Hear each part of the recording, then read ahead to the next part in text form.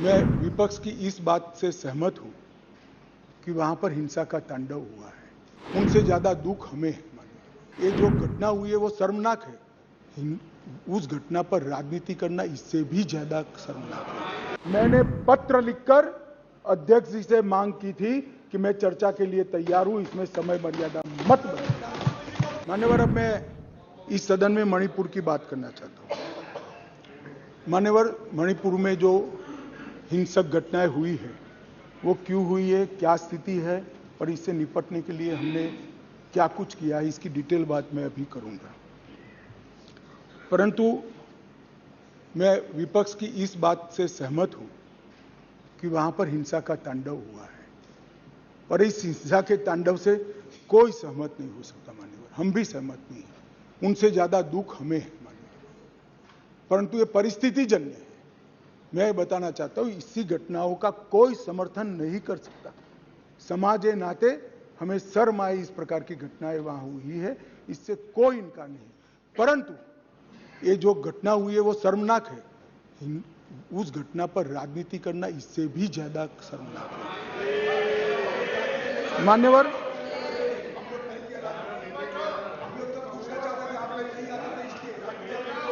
मैं बताता हूं।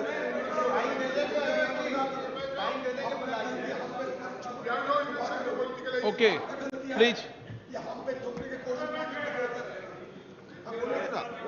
ये गलती आपकी है। अरे यार, आपके टाइम में बोलना पड़ेगा, मेरे टाइम में सारे इल्जाम। प्लीज गलती आपकी है।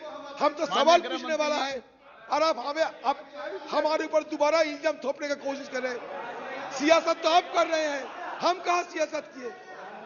प्रधानमंत्री गए नहीं, प्रधानमंत्री जी की उपस्थिति।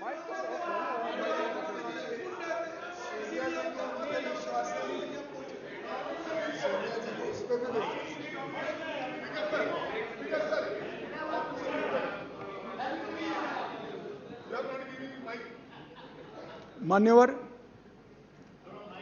एक भ्रांति देश भर की जनता के सामने फैलाई गई है कि यह सरकार मणिपुर पर चर्चा के लिए तैयार नहीं है। मैं आज भरे सदन के अंदर आपके माध्यम से सदन को बताना चाहता हूं कि सदन आहूत भी नहीं हुआ था। मैंने पत्र लिखकर अध्यक्ष जी से मांग की थी कि मैं चर्चा के लिए तैयार हूं, इसमें समय मर्यादा मत बनाइए। प्लीज बैठो बैठो बैठो ना। Please please please please. मान्यवर, मैं डे 1 से चर्चा के लिए तैयार था, मगर वो चर्चा नहीं चाहते, उनको विरोध करना था। और मैं कहना चाहता हूं, मेरी चर्चा से संतुष्ट न होते तो फिर कहते प्रधानमंत्री करे, प्रधानमंत्री विचार भी करते। मगर आप सदन में चर्चा ही न होने दो, मणिपुर जैसे महत्वपूर्ण मुद्दे पर गृह मंत्री को अपना पक्ष न रखने दे। किस प्रकार की डेमोक्रेटिक व्यवस्था चाहते हैं माननीय? और क्या आप सोचते हो कि शोर शराबा कर आप मुझे चुप कर दोगे? आप चुप नहीं कर सकते हो। 130 करोड़ की जनता ने हमें चुनकर यहां भेजा है, हमें सुनना पड़ेगा। आप चुप नहीं कर सकते हो। मान्यवर, मैं आज बताना चाहता हूं और बड़ी संवेदना के साथ आपके माध्यम से इस देश के 130 करोड़ लोगों के सामने मणिपुर की हालिया हिंसा क्यों हुई है और क्या चल रहा है और सरकार ने क्या उपाय किए, ये भी बताना चाहता हूं। मान्यवर, मैं पास्ट में मणिपुर में क्या हुआ ये भी बताऊंगा। अब मैं जब बताऊंगा तब ये कहेंगे कि पुरानी बातों को हमें सुनाने के लिए कह रहे हो। ना जी, मैं संवेदनशील आदमी हूं मान्यवर। मैं पुरानी बातों को राजनीतिक हिसाब किताब के लिए नहीं सुना रहा, इसलिए नहीं सुना रहा कि आपके समय में भी हुआ था, हमारे समय में भी हुआ। होता है का अप्रोच हमारा नहीं है, ये यूपीए का अप्रोच है। हमारा अप्रोच होता है का नहीं है, हम टॉलरेट नहीं कर सकते। मैं पुरानी हिंसाओं को इसलिए बताना चाहता हूं कि मणिपुर की नस्लीय हिंसाओं के स्वभाव को जनता ने जानना पड़ेगा। नस्लीय हिंसा मणिपुर में जब जब होती है तब किस प्रकार से होती है वो भी जानना पड़ेगा।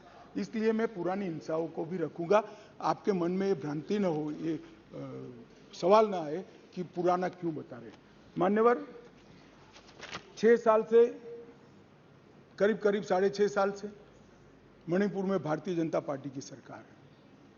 मणिपुर में भारतीय जनता पार्टी सरकार बनी तब से 3 मई तक एक भी दिन कर्फ्यू नहीं डालना पड़ा।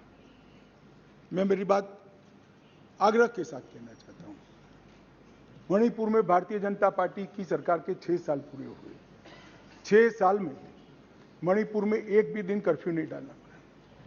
मणिपुर के अंदर एक भी दिन बंद नहीं रहा। मणिपुर के अंदर एक भी दिन ब्लॉकेड नहीं हुआ और उग्रवादी हिंसा लगभग समाप्त हो गई। ये 6 साल का भारतीय जनता पार्टी के शासन का इतिहास था। 2021 में हमारे देश की पड़ोस में म्यांमार में सत्ता परिवर्तन हुआ और म्यांमार में वहां पर मिलिट्री का शासन आया, डेमोक्रेटिक सरकार गिर गई और वहां पर एक कुकी डेमोक्रेटिक फ्रंट है, इसने लोकतंत्र के लिए आंदोलन चालू करा। जब कुकी डेमोक्रेटिक फ्रंट ने लोकतंत्र के लिए आंदोलन चालू करा, वहां की मिलिट्री शासन ने इन पर कड़ाई करना शुरू की, दबिश बनाना शुरू की और चूंकि म्यांमार की बॉर्डर फ्री बॉर्डर है मान्यवर, वहां फेंसिंग नहीं है और आज से नहीं, आजाद हुए तब से नहीं फेंसिंग नहीं है, तो बहुत बड़ी मात्रा में मिजोरम और मणिपुर के अंदर कुकी भाइयों का वहां शरणार्थी नाते यहां आना शुरू हुआ। मैं इसलिए कहना चाहता हूं मान्यवर, क्योंकि उनका झगड़ा मणिपुर की मिलिट्री से था और दबिश शुरू हुई इसलिए आया। अरे म्यांमार की मिलिट्री से था और दबिश शुरू हुई इसलिए वो यहां पर आए। मान्यवर, हजारों की संख्या में कुकीज आदिवासी भाई यहां आना शुरू हो गए और परिवार बसने लगे। कहां बसेंगे? तो जंगल में बसने लगे और एक प्रकार से मणिपुर के बाकी हिस्सों में एक असुरक्षा की भावना हुई कि हमारी जनसांख्यिकी बदल जाएगी। हमने उसको देखा। उसी वक्त मान्यवर हमने गृह मंत्रालय में 2022 में निर्णय किया कि अब ये बॉर्डर को खुला नहीं कर सकते, बॉर्डर बनानी पड़ेगी, फेंसिंग करनी पड़ेगी। हमने 10 किलोमीटर फेंसिंग पूरी कर दी है, 60 किलोमीटर का काम चालू है और 600 किलोमीटर का सर्वे चालू है। आपने 2014 तक कभी फेंसिंग नहीं की। हमने दूरंदेशी से 30 में दंगे हुए, 21 में ही फेंसिंग का काम शुरू कर दिया था। 10 किलोमीटर ट्रायल फेंसिंग बन चुकी है, 60 किलोमीटर का काम चालू है और 600 किलोमीटर का सर्वे बाकी, जिससे ये घुसपैठ को रोका जा सके। फिर एक अनरेस्ट खड़ा होने लगा क्योंकि वहां जनसांख्यिकी बहुत निर्णायक होती है मान्यवर। घाटी में कुकी भाई रहते हैं, पहाड़ पर ट्राइबल भाई रहते हैं, तो उनके घाटी में मतई रहते हैं और पहाड़ पर कुकी और नागा ट्राइबल भाई रहते हैं। तो एक जनसांख्यिकी के बदलाव का बड़ा दबाव रहता है कि हमारी संख्या, हम अल्पमत में आ जाएंगे। तो इसके लिए हमने लगभग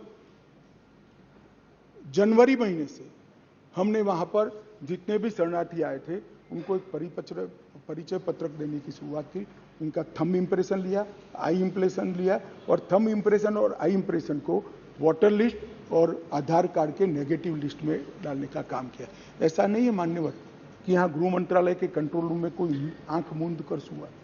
2023 में दंगा हुआ, 21 में हमने फेंसिंग चालू करी, 22 में हमने फेंसिंग चालू करी और 23 की शुरुआत में हमने थंब इंप्रेशन और आई इंप्रेशन लेने की शुरुआत की और उसको भारत के वोटर लिस्ट और आधार के नेगेटिव लिस्ट में डालने की। फिर भी ये जिस प्रकार से संख्या बढ़ती गई, एक असुरक्षा की भावना मतई लोगों में फैलती गई मान्यवर। ये जो वहां पर एक फ्री रेजिम है, नेपाल की तरह वहां पासपोर्ट नहीं चाहिए। अब ये मत कहना है कि हमने क्यों नहीं करा, 1968 से करा हुआ है भाई। 1968 से एक समझौता है भारत और ब्रह्मदेश की सरकारों के बीच में कि बॉर्डर के 40 किलोमीटर से जो अंदर आएगा या यहां से 40 किलोमीटर से आएगा उसको पासपोर्ट नहीं चाहिए। ये समझौता है, किसी को रोकना भी असंभव था। और इतने हजारों किलोमीटर की बॉर्डर में बाढ़ भी नहीं लगी थी, फेंसिंग भी नहीं थी, तो संख्या बढ़ती गई और असुरक्षा बढ़ती गई। इतने में एक अफवाह फैल गई 29 तारीख अप्रैल को कि 58 ये वसाहतें जो थी शरणार्थियों की, उसको गांव घोषित कर दिया गया। अब गांव घोषित करने की अफवाह से ही घाटी में बहुत बड़ा अनरेस्ट शुरू हुआ मान्यवर, और वो अनरेस्ट को भी हमने माइक वाली जीपें चलाई, बताया गया कि भाई कोई गांव घोषित नहीं हुआ है, मगर अफवाहें जब फैलती है तब फैलती है अविश्वास का वातावरण।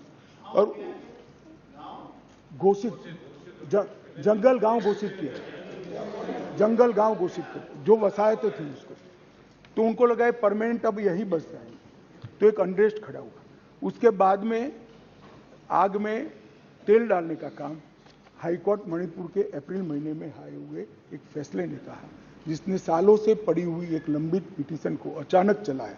अचानक चलाकर ना भारत सरकार के ट्राइबल आयोग को शपथ पत्र लिया, ना भारत सरकार के ट्राइबल डिपार्टमेंट का लिया, ना भारत सरकार के गृह मंत्रालय का लिया, ना मणिपुर सरकार का लिया, और अचानक ही कह दिया कि 29 अप्रैल के